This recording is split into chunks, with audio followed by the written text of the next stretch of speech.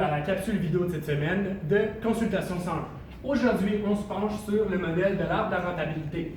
Pour ce faire, on doit suivre 4 étapes.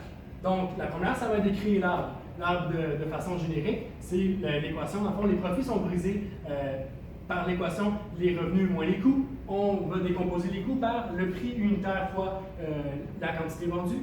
On sépare les coûts par les coûts fixes et les coûts variables et on décompose les coûts variables en coûts par unité fois la quantité produite. Donc ça, c'est la première étape, c'est le modèle générique qu'on va utiliser au départ.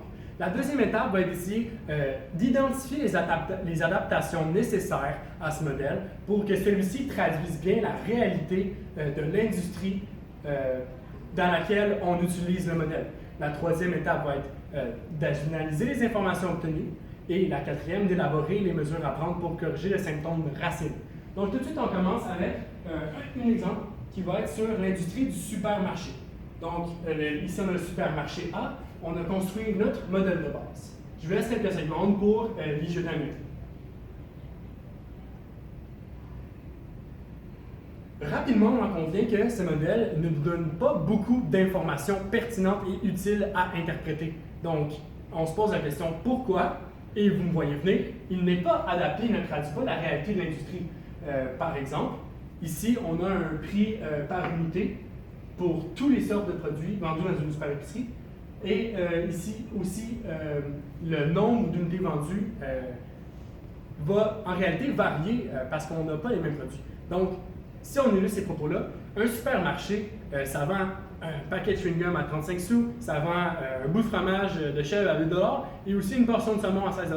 Donc, c'est pas vraiment un modèle qui colle sur la réalité de l'industrie. Il va falloir se poser la question comment éclater les revenus et les coûts de façon plus adéquate pour faire en sorte qu'on obtienne un modèle qui se colle sur la réalité, qui va nous donner des indicateurs, des drivers plus pertinents et utiles. Et c'est ce qu'on fait tout de suite avec le prochain arbre qui est adapté à l'industrie du supermarché. Dans le fond, ici, on peut voir que ça fait beaucoup plus de sens de briser les revenus par le nombre de ventes fois le prix d'un panier moyen. Et ensuite, on peut approfondir le nombre de ventes par la capacité maximum du supermarché et son taux d'utilisation. Tandis que pour les coûts variables, on vient les calculer en fonction du average cost of goods et en fonction des revenus totaux dans le fond. Donc, ça va nous servir à quoi maintenant qu'on a des indicateurs un peu plus utiles et pertinents de l'industrie?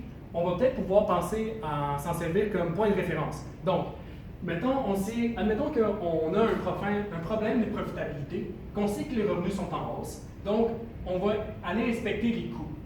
Les coûts fixes sont dans la norme de l'industrie. On va regarder les coûts variables. Maintenant, on va se poser la question, si on obtient l'information que le average cost of goods de l'industrie tourne autour de 40 à 45 % et que le nôtre est à 50 %, on va isoler ce bucket ici, average cost of goods, et aller creuser plus en profondeur la cause du problème. Dans le fond, pourquoi on paye autant pour nos achats. Donc, de façon générale, le modèle s'applique à presque tous les business models, en fait, parce que toutes les entreprises vont avoir des revenus et des coûts, et c'est à nous de l'adapter à l'industrie sur laquelle on applique le modèle pour en faire ressortir les bons drivers, les plus pertinents, ceux qui vont donner le plus d'informations à interpréter. Ça donne donc un aperçu global du fonctionnement de l'entreprise et de la structure de ses coûts et de ses revenus. C'est aussi un modèle qui est très factuel. Donc, on sait tous que les consultants aiment les chiffres. Par contre, ce modèle a des limitations. D'ailleurs, une des plus grandes limitations, c'est qu'il n'y a aucune mesure de l'environnement macro plus dans ce modèle-là. Donc, il va peut-être falloir aller penser à compléter notre modèle avec une analyse PESTEL qu'on a vue dans la capsule vidéo de la semaine passée. Aussi, ça peut être un modèle qui consomme plus de temps si les données ne sont pas disponibles et que l'entreprise pour laquelle on effectue le travail doit les générer. Donc, une dernière chose, faire attention au piège de la simplicité. Vous avez vu, le premier modèle qu'on a fait n'était pas du tout pertinent. Donc, il faut vraiment prendre le temps de bien faire le modèle et s'interroger sur les bons facteurs, les bons éléments, indicateurs ou drivers qui vont nous permettre d'en tirer plus de sens. C'est ce qui conclut aujourd'hui notre présentation, la capsule vidéo sur l'arbre de la rentabilité. Donc, la semaine prochaine, c'est un rendez-vous à la même heure pour le prochain outil, les 5 forces de Pointer.